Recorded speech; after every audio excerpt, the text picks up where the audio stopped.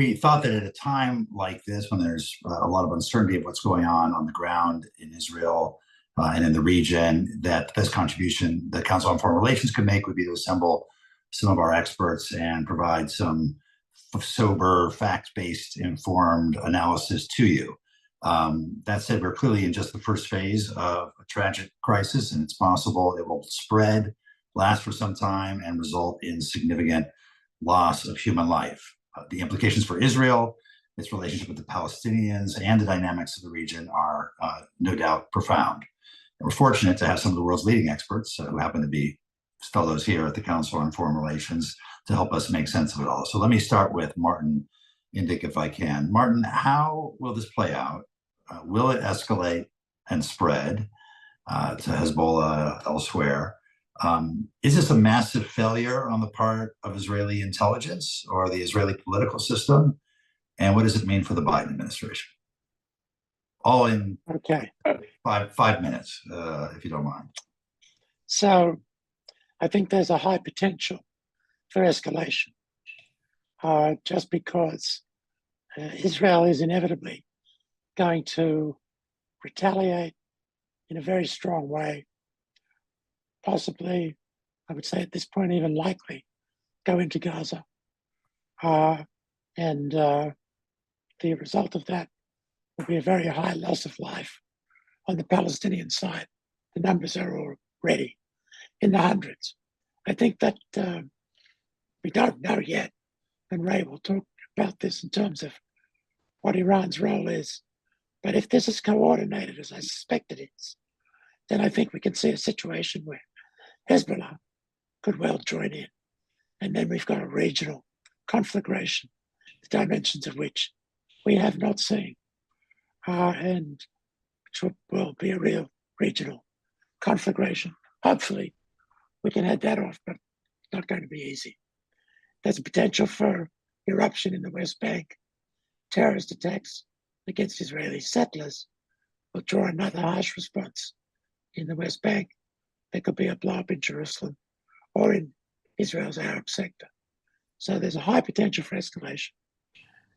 What can the United States do about this is, simply put, not much at this stage. I think President Biden's instinct is to put his arm around Bibi Netanyahu, reassure him of American support, and try to encourage some restraint. Well, that's likely to fall on deaf ears at this point. But we have an interest, the United States has an interest in calming things down as quickly as possible. That is not Israel's interest at the moment. Its interest is to reestablish deterrence. And for that, it intends to extract a very high price, I believe. What happened here? Total system failure. It was complete surprise, hard to believe, given the way that Israel has penetrated all forms of communication in Gaza. Failure to prepare, failure to have troops along the border, failure of the fence along the border that they paid billions of shekels for, failure once the Hamas infiltrators came across, grabbed Israeli civilians and soldiers, failure to capture them. They went back into Gaza without being apprehended. It is hard to explain, but it is the combination of that with the sense that this was a dysfunctional government of the far right that placed greater emphasis on protecting settlers in the West Bank than it did on protecting kibbutzniks on the border with Gaza, has the potential to be very explosive politically in Israel. Thank you. Ray, what is Iran's involvement in this? Is it, as Martin said, likely to lead to a coordinated and expanded conflagration with their clients of Hezbollah in the north? And what does it mean for the agreement we just signed with Iran and any further negotiations? Thanks. I feel qualified to speak on this because last night I took my son to watch the film Golda, So right on target. In the past week, actually, Iran's rhetoric on this issue has escalated. Even the leader gave a speech on last week sometimes when he essentially suggested that any country that wants to normalize relations with Israel should understand that it's normalizing relations with a country that's unlikely to exist for a very long time. And there have been visits by various Hamas officials and so forth, and even Hezbollah officials to Iran.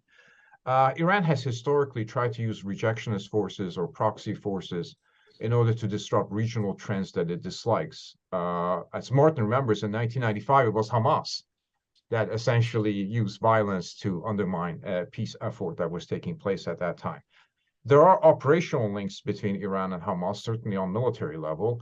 Hamas itself is sort of an independent agent. Whether they required Iranian permission, I think Iranians were provided some foreknowledge that this was going to happen, and they were enthusiastically supportive of it, as they are today.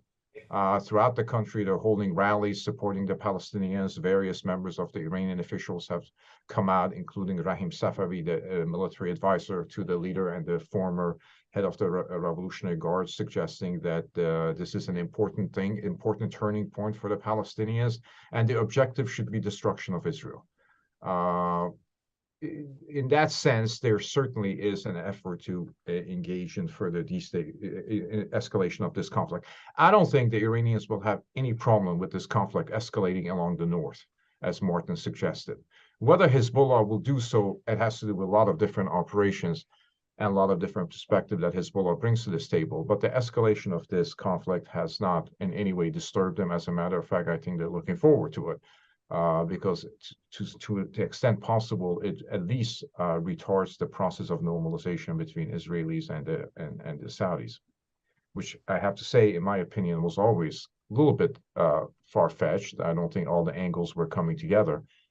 In terms of what this means for Iran, the negotiations that just took place, that the prisoner exchange and the transfer of $6 billion, one of the administration's objectives, I think, over the year has been to try to de-escalate tensions in the Middle East. The peace process between Israelis and Saudis was a means of de-escalating tensions. The deal with Iran was not just about prisoner release, but establishing some kind of a process that could potentially de-escalate the conflict between the two states. I have to say, I see no indications that Iranians are actually interested in de-escalating the conflict. They're shipping arms to Yemen.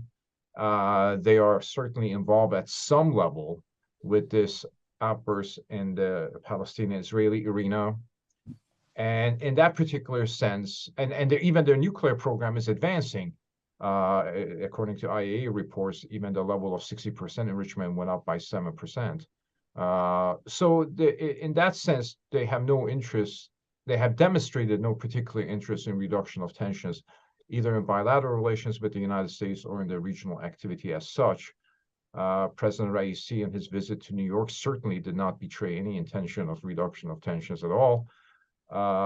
So a chaotic region where Israelis are at odds with the Palestinians, where there's conflict, where there's tension, when there is even wars, mini wars, and so forth, has never been inconsistent with the way they view the strategic environment. A strategic environment that is beneficial to them is not nation states coming together in some sort of a compact that could potentially isolate them, but the region that disintegrates into further degree of violence and chaos. So I think they would be proponents of further escalation of this, and they certainly would try to use that against their very regional nemesis, including the Saudis and certainly the United States. Thanks, Greg. Stephen, maybe you can comment further on what this means for regional dynamics, the negotiation between the Saudis and Israel. Is that done now? Is it over? As well as what does it mean for Israel's nearest neighbors, including Egypt, and Egypt's role in monitoring things coming in and out of Gaza and the like? Well, thanks very much, Mike. Before I get into that a little bit, I just want to underline one data point on Ray's topic and the Iranians. This past spring, the leader of the Al-Quds Force, of the Islamic Revolutionary Guard Corps, convened meetings in Beirut with Hezbollah, Hamas, and Islamic Jihad, and he encouraged these groups to work together over a period of time to attack the Israelis. So this could portend the widening of the conflict and include something in the north as well, given what we know about what the Iranians have been doing. And as Ray pointed out, the supreme leader has been particularly active in social media, saying that the time is up for Israel. Now, as far as Israel's Arab neighbors go, there is a normalization dynamic that is underway between Israel and Saudi Arabia that was happening on its own. And it doesn't strike me that this episode will necessarily bring it to a grinding halt. After all, the Saudis have indicated their ongoing frustration with the Palestinians in the Palestinian arena. I think whether this comes to an absolute halt will really depend very much on how the Israelis respond in the Gaza Strip. And I think if Martin is correct, and I think he's likely to be correct, that we are going to see a rather significant operation from air, land, and sea that costs many, many, many lives.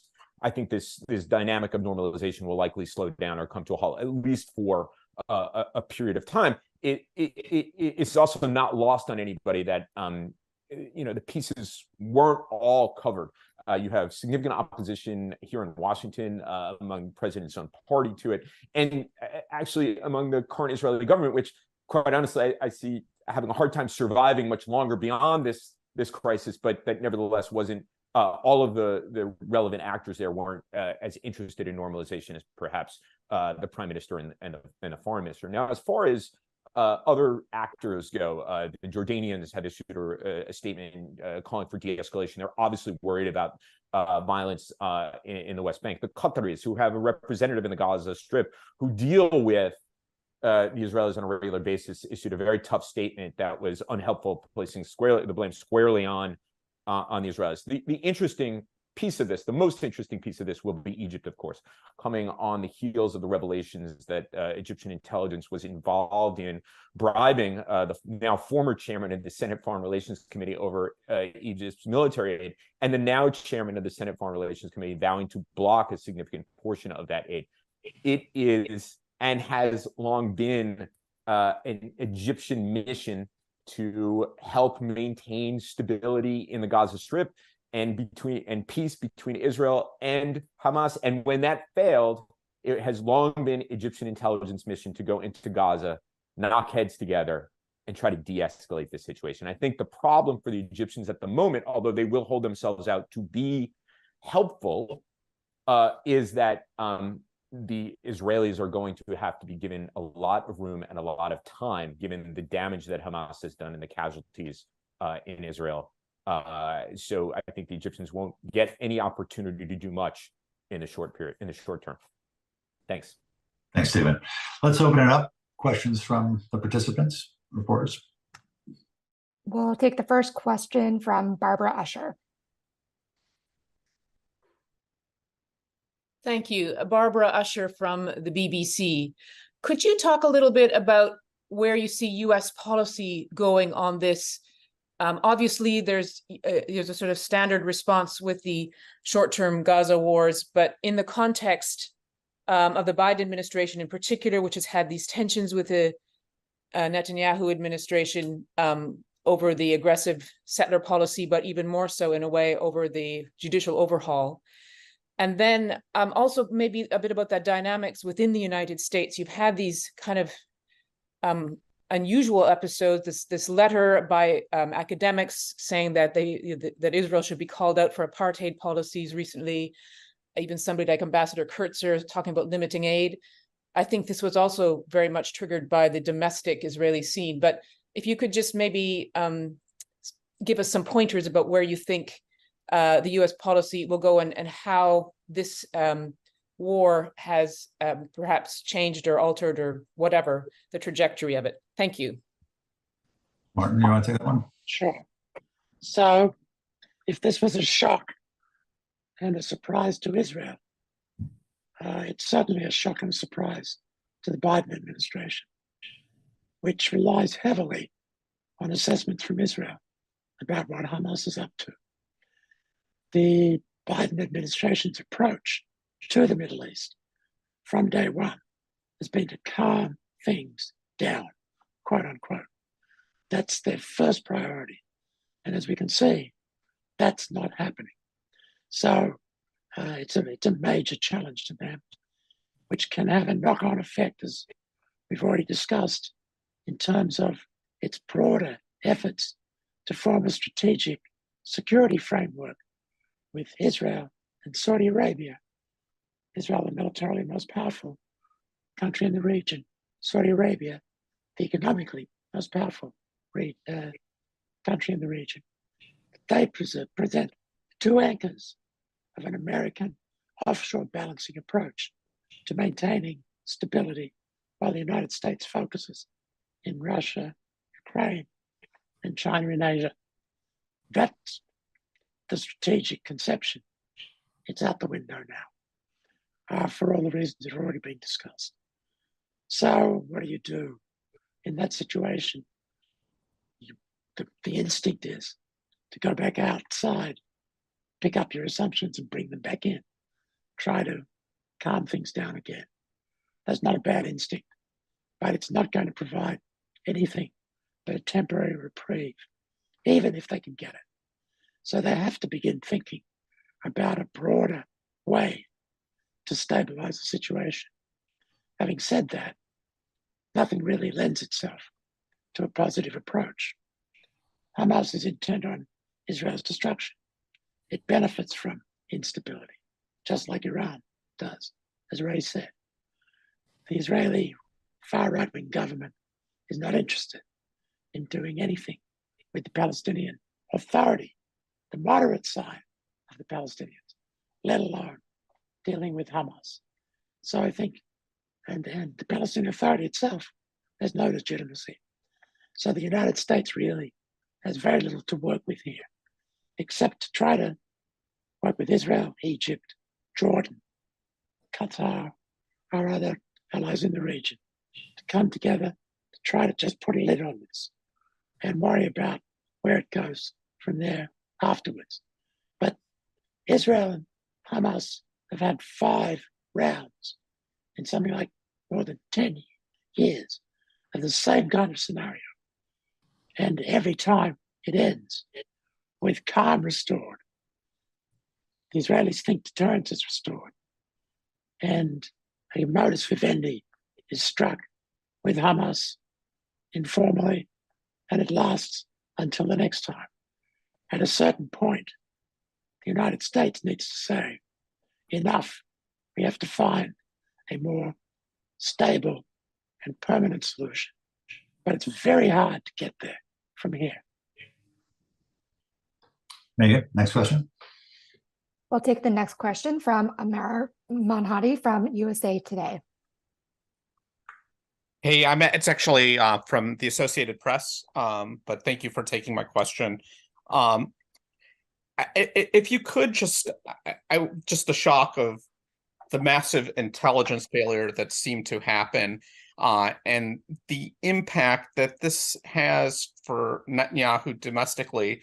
And I was also interested in hearing your all's thoughts on, was Israel caught off guard or in a weak position as a result of the judicial overhaul and all the internal debate on that?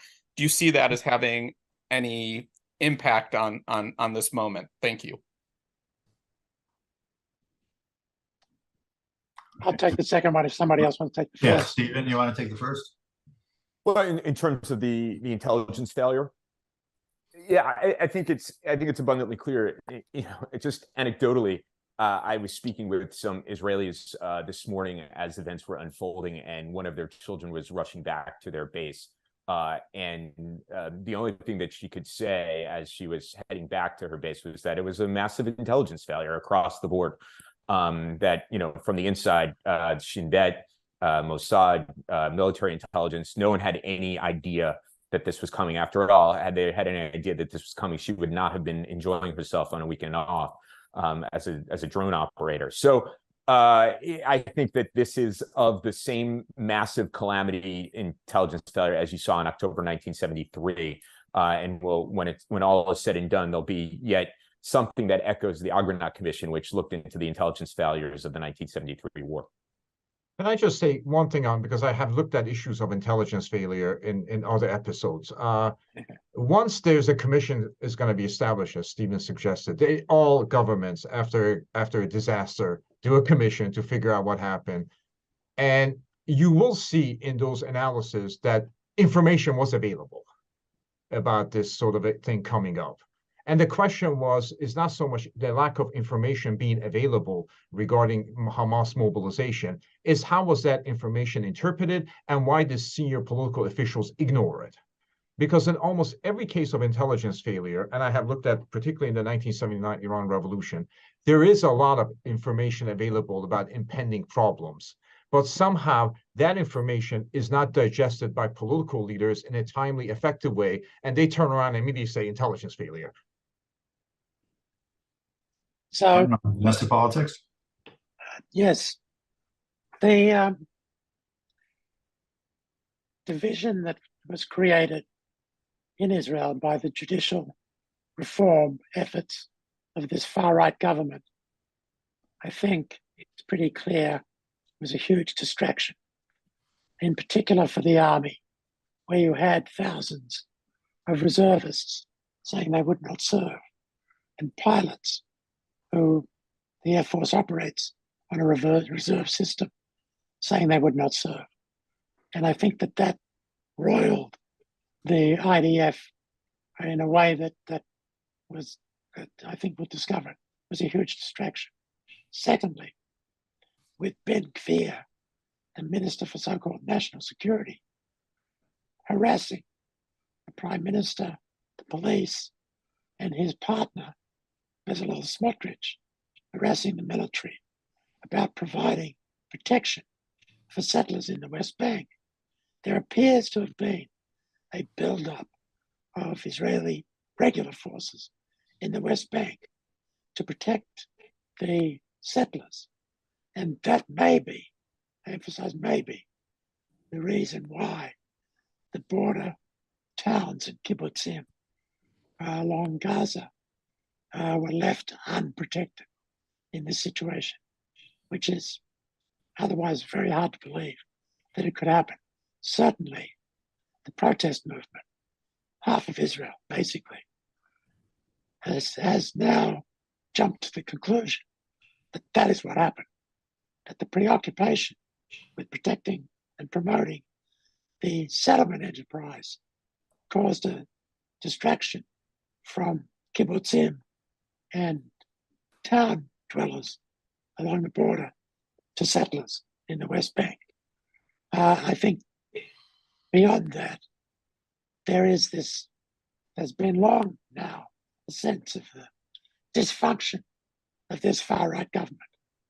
And one thing to watch is that the leader of the opposition, Yair Lapid, put out a statement today after meeting with the Prime Minister in which he said that he had offered Netanyahu a narrow coalition of the center-right that would be the Likud under Netanyahu, Lapid and his party, and Benny Gantz and his party, that would essentially form a majority, push out the far right, and work as an emergency government that would provide much greater confidence on the part of the Israeli people. We will see whether Netanyahu decides to renounce the far right and join with the center. It's a risky thing for him, but he is in a very dangerous position now because the failure is on his watch.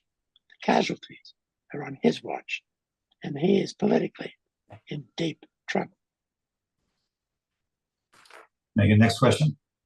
We'll take the next question from Sean Tandon.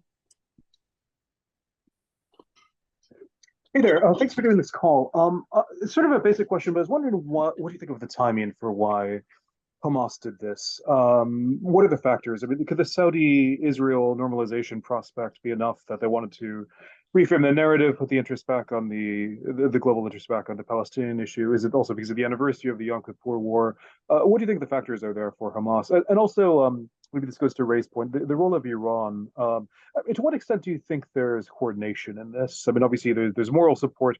To what extent do you think, or insofar as we know, is there actually a coordinated approach between the clerical government in Iran and Hamas? Thanks. I can take the second part of. Go ahead. Please go ahead. Okay, I can take the second. Go ahead. In terms of coordination, there is coordination between Hamas and Iran at operational level, at political level, at all levels. And we see the munitions that they use, the Hamas and the origins of those munitions, particularly missiles and so forth. The question that remains unknown is whether this particular operation was instigated by the Iranians. That is something I am uncertain of. Certainly, they would have ample evidence for doing so. But Hamas on these issues has historically acted, as I mentioned, as an independent actor, and has made its own decisions about when and how to engage the Israeli state. But the coordination is beyond dispute. I happen to believe that Iran did have some kind of a foreknowledge that this was happening. I am just not certain if they told Hamas to go ahead and attack Israel in such way. The proxy in that arena that has been most effective and most compliant beyond, of course, Palestinian Islamic Jihad has been Hezbollah. Hezbollah has compromised its interests many times at the behest of the Iranians, including its immersion in the Syrian civil war, which did not benefit at all. That kind of a relationship, as far as I know, does not exist with Hamas. But certainly, to go to your question, Mr. Tandon, yes, there was coordination. The question was whether Iran instigated it. That I'm not sure about. I'd be skeptical of that. Please.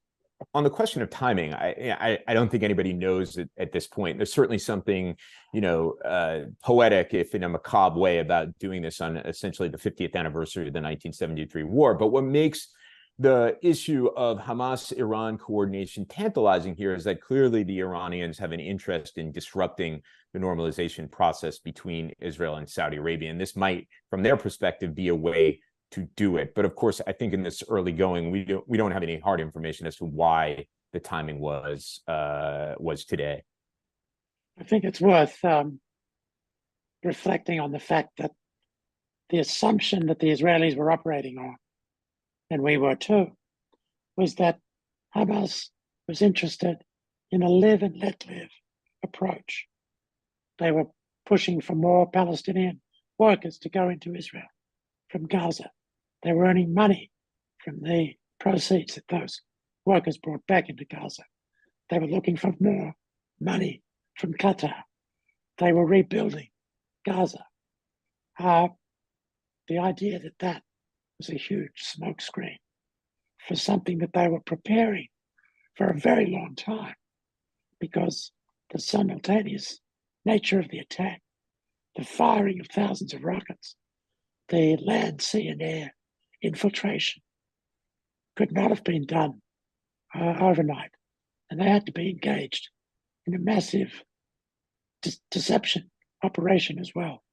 In many ways, it's similar to Sadat 50 years ago in the October War, Yom Kippur War. And I wonder whether that wasn't a big part of their timing. That was, after all, the last big military victory by the Arabs against Israel, even though it ended in defeat.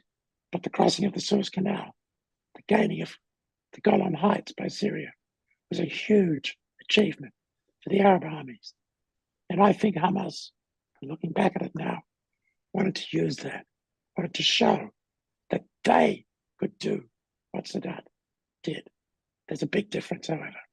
Sadat went to war in order to make peace, and he turned very quickly to the United States to begin a negotiation, peace negotiation with Israel. Hamas has no intentions of doing that.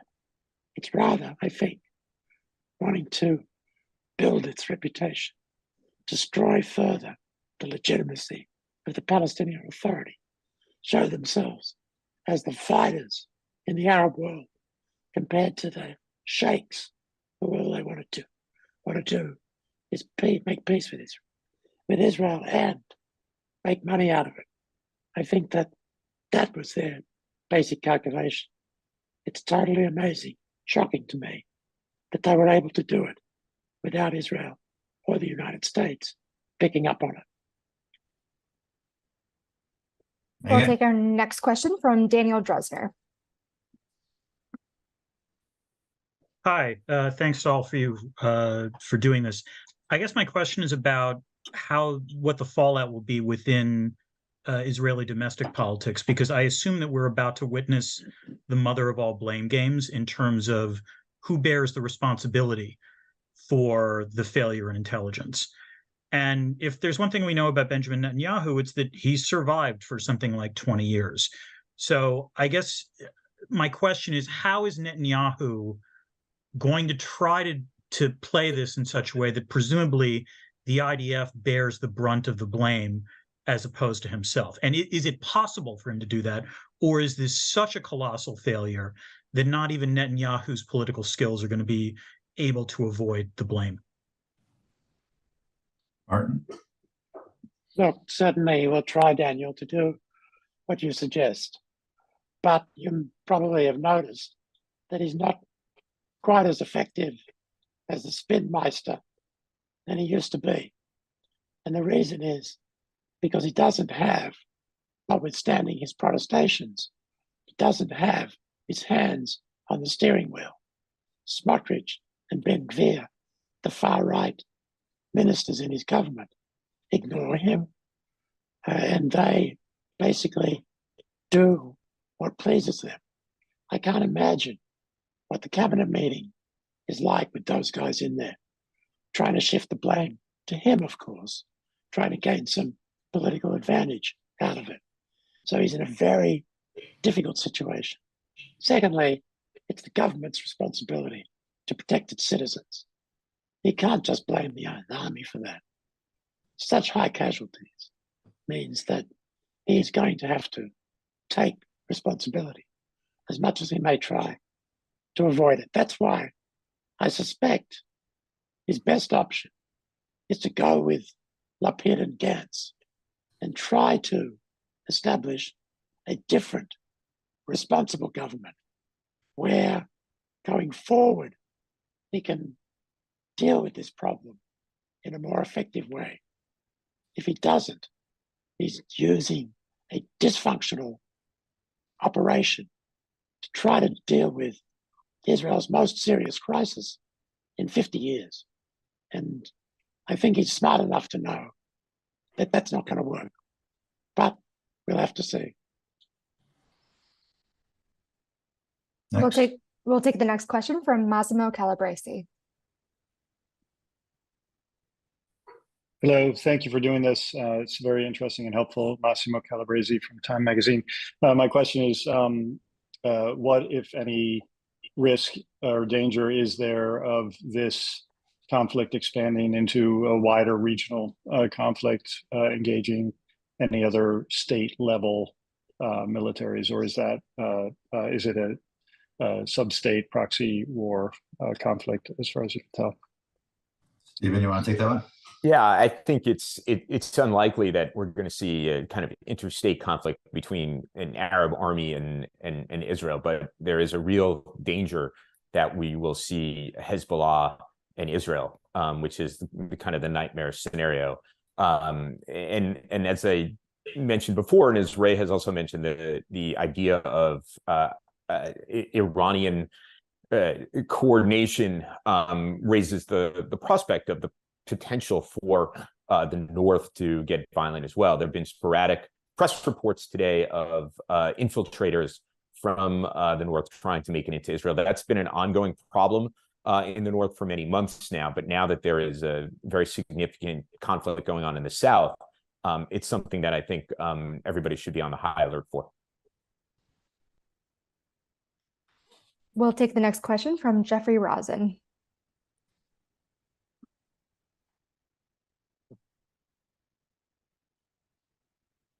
Sorry, I have difficulty unmuting. What are the implications for Saudi Arabia in all of this? It would seem to me that the achievement of Vision 2030 depends to some degree, maybe to a large degree, on stability in the region. This is a very destabilizing event. What leverage they have and how might they use it to affect an outcome, or in fact, is some of this as directed at them for trying to achieve stability in the region as it is against Israel? Let me start out, and then others can join in. I think, Jeffrey, you've hit on two of the important points here. The first is that the Saudis were a target. I think it's clear that an effort to undermine the normalization dynamics that are underway in the region, the Iranians have been clear about that, and Hamas obviously doesn't stand to benefit from the normalization of relations between Israel and Saudi Arabia. You're also quite right that the Saudis really do need regional stability in order to achieve the full, all of their, broad Vision 2030. And so if the Saudis, who have put themselves out as the most important regional actor, now need to try as best as they can with their relations with the Israelis, as well as their clout within the Arab world, to bring something constructive to the table here. But I wonder what that may be, given the fact that they don't have good relations with Hamas. They are opposed to Hamas. And the Saudis have another domestic political problem, whereas Mohammed bin Salman and the people around him are keenly interested in normalization of relations with Israel, have spoken openly about it in ways that I think many of us have been surprised by over the course of the last year. The vast majority of Saudis themselves are opposed to normalization. I think there was recent numbers coming out of Saudi Arabia, somewhere in the neighborhood of 2% of Saudis support normalization. It wasn't that long ago that there were telethons happening in Saudi Arabia in support of Hamas suicide bombers. So whereas, of course, MBS is the primary, if not the sole decision maker in Saudi Arabia, if he wants to move forward, he can move forward. But there are a number of obstacles here. And once again, I think, like the United States, like the Egyptians, like others who might want to use some influence that they have in this situation, in the short term at least, they don't have anything to bring to the table. The Israelis are going to be looking to very significant military operation. And that is not going to be of the same nature that we saw in these last few rounds. It's not going to be limited. And that also presents a significant problem, as I said in my opening remarks, to normalization. Can I just make a brief comment about that, if I may? The new leadership in Saudi Arabia has sought to revise the previous national compact that they had, namely economic dividends for sake of lack of political participation.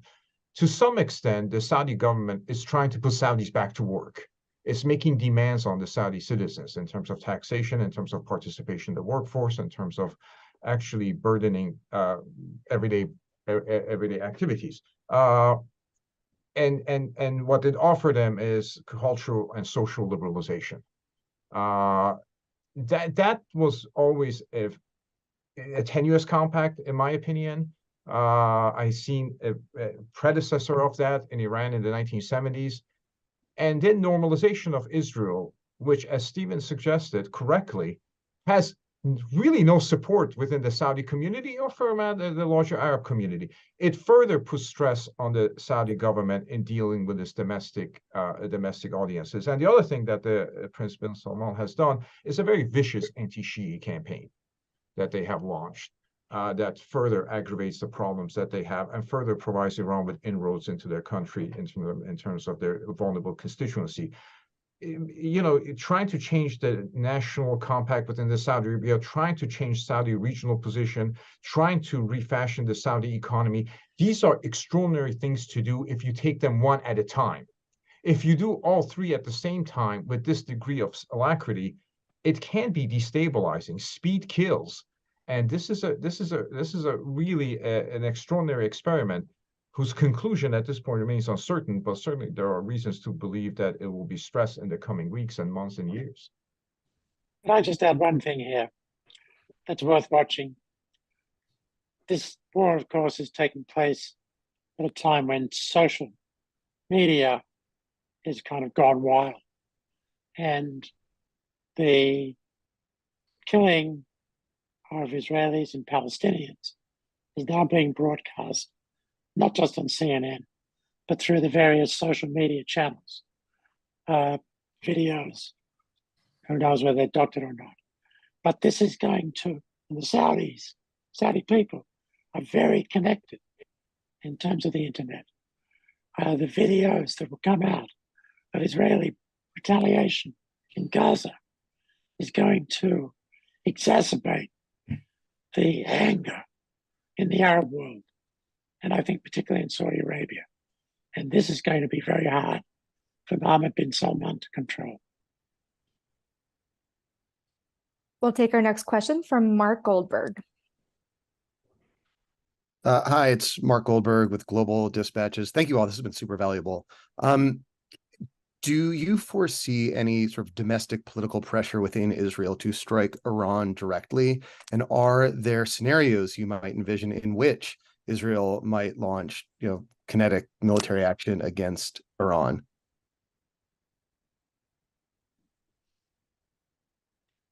Ray, you want to take that one? Whether Israelis will strike Iran directly, I'll leave that to Martin and perhaps Stephen want to contest that. I'm not sure if I see direct Israeli incursion into Iran itself, although the Israelis have been very effective at various operations within Iran. So I can see them targeting individual Iranians within that respect. But in terms of actually precipitating an interstate conflict between the two, I don't see that. But I don't know what kind of a pressures Prime Minister Netanyahu is going to be in. And I'm not sure how he will react to those pressures. Martin suggested that coalition government is one way out. Interstate conflict is the other way out. So I'm not quite sure how he would respond to the domestic pressure he's getting. If there is an Israeli attack directly and in a manner that's directly traced to them, then I think the Iranians would have to respond. So I think. Go ahead. Sorry. No, please go ahead. Look, Israel has its hands full at the moment. It's got to worry about 40 hostages, Israeli hostages in Gaza. It's got to figure out what exactly went wrong and what else could happen. To start a war with Iran at this stage is, I don't think, an option. Would they launch targeted attacks on high-value Iranian targets, even regime targets? I do think that's possible. But I think for them, it's going to be first things first. And if they can avoid Hezbollah coming into this war, they will want to do that. Hezbollah has 150,000 rockets. If they start firing them into Israel's main cities, this is going to be a regional conflagration before long. And so I think they're going to be a little careful about that. And the United States is going to be encouraging them to try to calm it down rather than escalate. But I wouldn't rule out at all the possibility that they will start to organize attacks on Iran as a retaliation that are pinpoint, disavowable, but clear that this is punishment for Iran's role. Yeah, I just want to add very quickly that the kind of direct violence, the direct kinetic activity against the Iranians is virtually certain to invite a second front from the north. And as Martin said, that's something that the Israelis clearly want to avoid. So we'll see more of the kind of shadow war that the Israelis and Iranians have been prosecuting against each other rather than some sort of dramatic direct confrontation. We'll take our next question from Janet Rothid. Hi, I from Citibank spend a lot of time thinking about the interplay between geopolitics and cybersecurity. So two interconnected questions here. Are there any cybersecurity considerations associated with this event? And what's your assessment of Hamas's cyber or information warfare capabilities?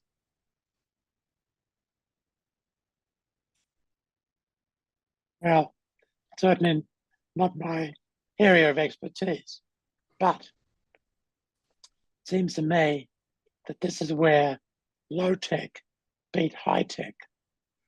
Hamas's capabilities in the cyber area are limited. They do have internet, they maybe have 3G, but their ability to handle cyber activities compared to Israel's abilities, which we know something about, is just, black and white, night and day.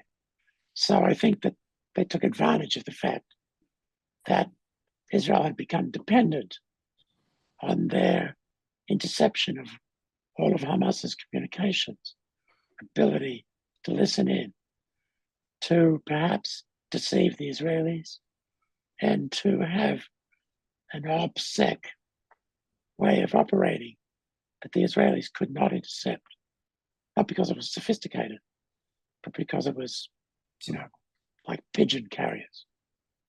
I think the real cyber issues are clearly the Israelis and Iranians pitted against each other, the ongoing, which is part of this broader shadow war that's being conducted between each other. I'm not aware that this is something that Hamas has waged against Israel, but certainly the Iranians are often trying to get into Israeli systems and vice versa. And there's ample evidence of the Israelis being able to do that.